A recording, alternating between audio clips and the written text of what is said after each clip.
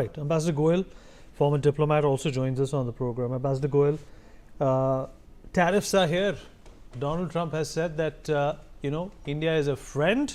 That was the preamble of his post. But nevertheless, they have indulged in trade with Russia. We've been trying to stop Russia from invading, killing innocent people in Ukraine. And that is the reason why India is not good. This seems to be more of an agitation towards Russia than any kind of, a resonance towards India and our relationship with the Americans. Your thoughts, sir? Vineet, I think we need to be much more careful in terms of analyzing what Trump has done today. It does demonstrate one thing really, that if Trump has issued an ultimatum or a kind of a timeline, then more likely than not, he's going to adhere to it unless he has got his way through. And he seems to be fairly determined in terms of his implementing the tariff kind of plan. I don't even know if it's a plan or what it is, but he has his own mind on this thing. He's fairly well determined to do it. All that we really need to see is what is our strategy, whether we are going to stand up to this kind of a pressure and wait it out, or we are going to basically capitulate and say that, all right, let us do it.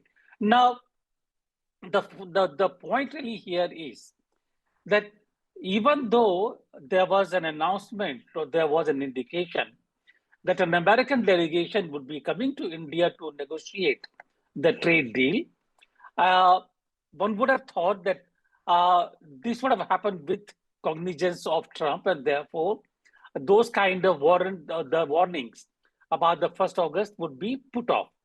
Clearly not. Uh, Therefore, what we need to now see is how do we continue with the trade negotiations, and that is the ultimate thing.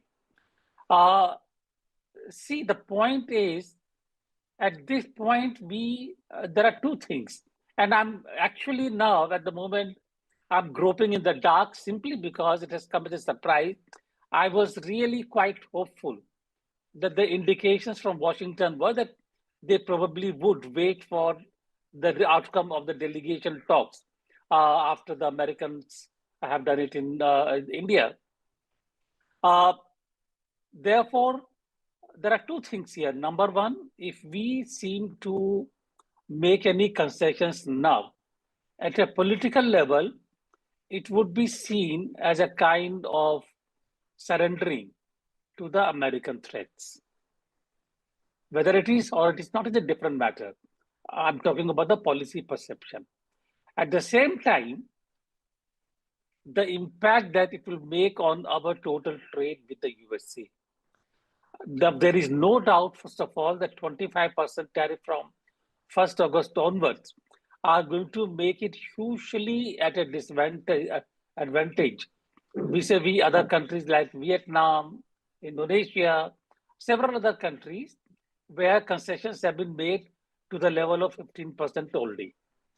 And 10%, 10% difference is a huge one. It's going to make it make a huge lot of difference. Uh, so where do we go from here? Uh, we can hope, we can hope that we continue with our negotiations as we are doing, wait for the American delegation to come and see what is possible at that time, or announce announce concessions now.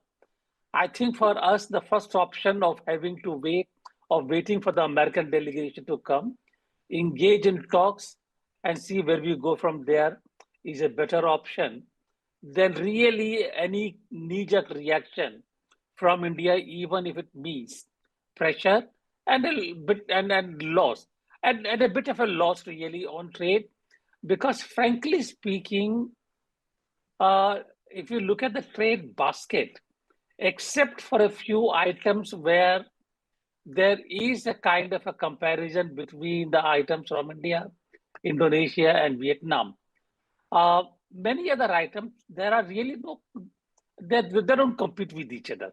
iPhones, electronics, those things, minerals. they don't really compete with Vietnam or Indonesia.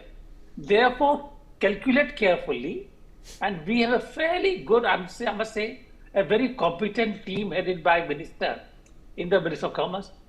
Calculate very carefully and and I think take a gamble. It's a gamble, but frankly, I do think that President Trump has no option but to turn back on this kind of action. Vinny.